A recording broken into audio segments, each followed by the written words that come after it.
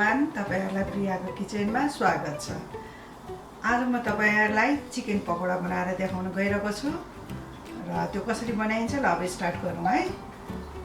सबैभन्दा पहिले त यो मैले एउटा लेमन जुस लिएको छु। त्यसलाई राखेर अब यसमा हामी मिलाइदियो लेमन जुसलाई चिकनमा मिलाइदियो। यो चिकन चाहिँ मैले एउटा चिकनको पुरै ब्रेस्ट लिएको छु। यसमा राख्नको लागि चाहिँ मैले 1 चम्चा अदुवाको पेस्ट, 1 चम्चा लसुनको पेस्ट र यो 1.5 चम्चा जति चाहिँ मैले अदुवालाई कुटेर राखेको छु र 4 वटा जति हरियो खोर्सानी चाहिँ मैले काटेर राखेको छु। यो सबै यसमा राखिदिउँ है।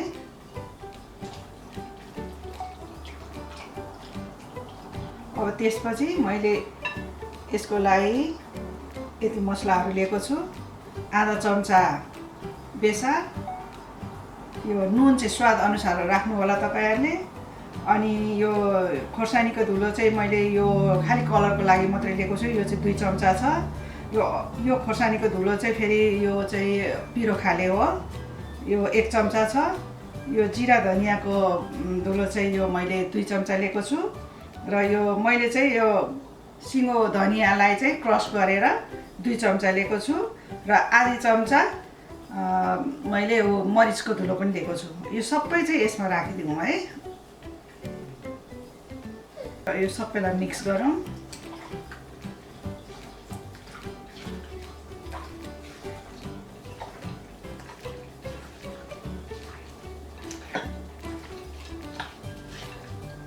यसलाई राम्ररी मिक्स गरिसकेपछि त्यसपछि यसमा चाहिँ मैले एउटा सिङ्गो ठुलो प्याजको चाहिँ आधा लिएको छु। मैले यो प्याज काटेर लिएको छु, यो पनि यसमा राखिदिउँ।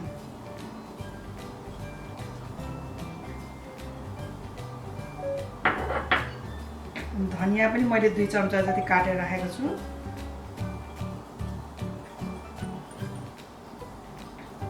यसलाई मिक्स गरिदिउँ।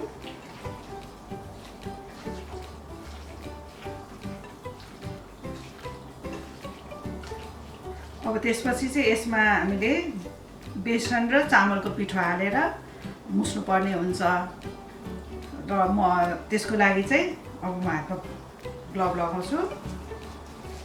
र बेसन हालेर यसमा मिक्स गर्नुभन्दा पहिले चाहिँ हामी हिट अन गरौँ। यो मिक्स गर्ने हालसम्ममै यता हाम्रो तेल तातिँदै गर्छ। तेल चाहिँ तपाईले भाँडामा चाहिँ आधा लिनु होला, धेरै नलिनु होला। फेरि धेरै लिनु गयो भने माथि उछिट्टिने डर हुन्छ, त्यसकारण आधा राख्नु होला। र अहिले यो हिट चाहिँ हामीले अहिले मिडियममा राखौँ। मिडियममा तातिँदै गर्छ त्यतिन्जेलसम्म हामी चाहिँ यो सबै बेसन र चामलको पिठोलाई मिक्स गरौँ। र सबैभन्दा पहिले चाहिँ पहिला बेसन राखौँ। यो सबै बेसन एकैचोटि नराखौँ। यो बेसन चाहिँ मैले 1 कप लिएको छु। कति लाग्छ हेर्दै जाउँ, मुस्दै गएपछि थाहा हुन्छ। र यो चामलको पिठो मैले आधा कप लिएको छु। यो पनि एकैचोटि सबै नहालौँ, अलिअलि गर्दै मुस्दै जाउँ।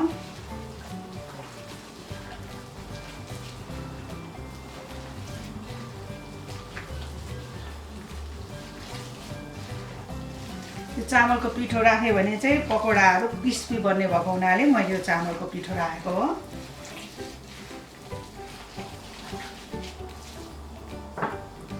अझै लाग्छ यसमा। यो पुरै हालिदिनु भयो भने पनि हुन्छ। पुरै लाग्यो, यो पनि सबै पुरै हालिदिनुहोस्।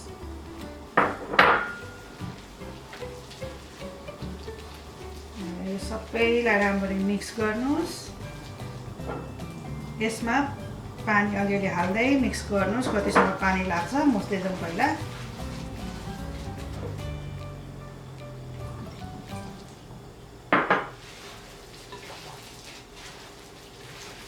पकोडाहरू बनाउँदाखेरि चाहिँ तपाईहरुले नुन पिरो भन्ने चाहिँ आफ्नो स्वाद अनुसारले राख्नु होला। हेर्नुहोस् त अब मेरो यो चाहिँ मिक्स गरेर तयार भयो। र अब यसलाई चाहिँ हामीले 2 घण्टासम्म चाहिँ फ्रिजमा राख्नु राम्रो हो।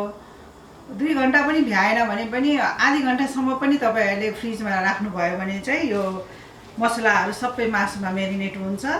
अब मैले चाहिँ अब अहिले नै बनाउनु पर्ने भएको हुनाले मैले चाहिँ फ्रिजमा राखेको छुइनँ। तपाईँहरूले चाहिँ फ्रिजमा राखेर गर्नु होला, अनि राम्रो हुनेछ। यसो थाहा पाउनुहोस्, यसो तातो आएपछि यो तेल हाम्रो तयार भयो भने बुझ्नुपर्छ। अघि मैले चाहिँ मिडियम सुरुमा राखेको थिएँ, त्यसपछि मैले हाई हिटमा राखेको थिएँ यो तताउनको लागि। त्यसपछि अब फेरि यसलाई यो हामीले चाहिँ चिकनको पिस तेलमा हालिसकेपछि चाहिँ हामीले यो हिटलाई चाहिँ फेरि मिडियममा लानुपर्छ। र अब सुरु गरौँ। यो चिकन चाहिँ हामीले तेलमा राख्दैछौँ। अब हिटलाई मिडियममा राखौँ।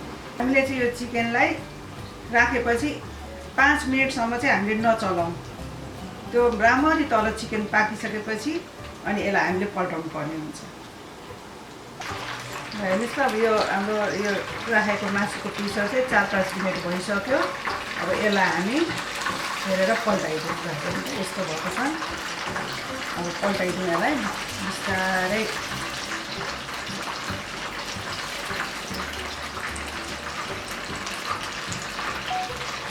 यसो गरेर फेरि 4-5 मिनट जति फेरि यो साइडबाट पनि पकाउँ। हेर्नुहोस् त, यो पकौडा अब अलमोस्ट तयार भइसकेको छ। हेर्नुहोस् त, यतिको भएपछि चाहिँ निकाल्नु होला।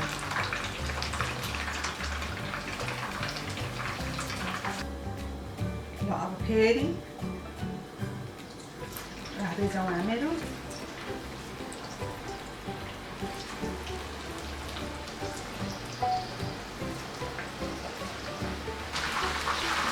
यो पनि तयार भइसक्यो। अब यसलाई हामीले निकाल्नु।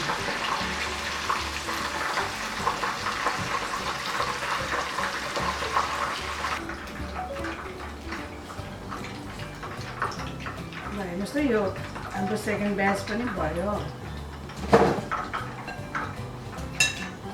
अब हिटलाई फेरि हाईमा लैजानुहोस्।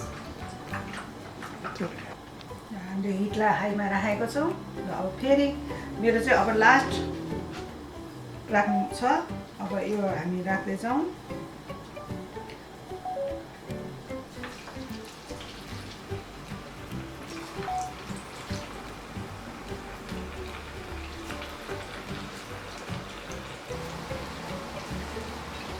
ल अब मैले चाहिँ सबै चिकनलाई राखिसकेँ कराईमा। र यसलाई पनि फेरि अब 4-5 मिनट हामी फ्राई गरौँ एक साइडबाट। फेरि अर्को साइड अनि 4-5 मिनट पछि फेरि अर्को साइड हामी पकाउनु पर्छ। अघि हिट हाईमा थियो, अब यसलाई मिडियममा लानुपर्छ हामीले। तपाईँले जति ब्याच तपाईँ पकौडा फ्राई गर्नुहुन्छ त्यतिचोटि नै तपाईँ मासुको चिसोले गर्दाखेरि त्यो पाक्ने बेलासम्म फेरि अर्को ब्याच पकाउनलाई चाहिँ त्यो तेल अलि सेलाइसकेको हुन्छ निकाल्दाखेरि। त्यसकारण हाईमा लग्नुहोस्, अनि तेल फेरि तातिन्छ, अनि चिकन राख्नुहोस्। र चिकन राखिसकेपछि फेरि हिटलाई मिडियममा लगिदिनुहोस्। हरेक ब्याच चाहिँ पछि तपाईँले यसरी गर्नुभयो भने चाहिँ तपाईँको चिकन पकौडा चाहिँ त्यो डढ्दैन, राम्रो पर्फेक्ट बन्न जान्छ। र हेर्नुहोस् त, अब यसलाई पनि हामी यसलाई पल्टाउँ।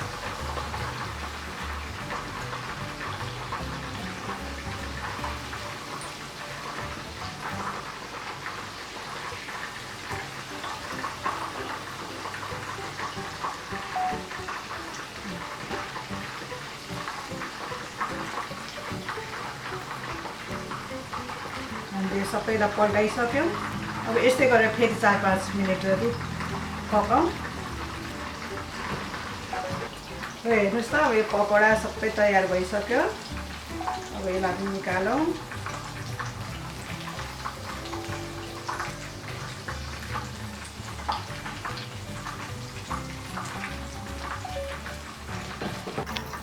र हेर्नुहोस् त, अब मैले सबै पकाएर तयार गरिसकेँ। अब यसलाई म सर्भ गर्छु। बनाएर तयार गरिसकेर र मैले सर्भ पनि गरिसकेँ। र मैले यो चिकन पकौडालाई चाहिँ टोमेटो केचपसँग सर्भ गरेको छु। र एउटा म तपाईँहरूलाई चाखेर पनि देखाउने छु। एउटा सानो लिएर खाउँ।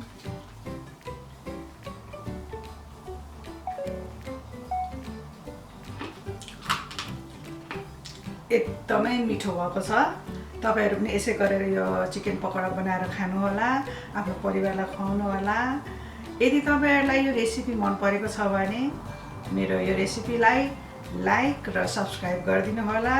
र यसै गरी म फेरि आउँदो दिनहरुमा नयाँ रेसिपीहरु लिएर आउने छु। त्यतिन्जेलसम्मको लागि बाई।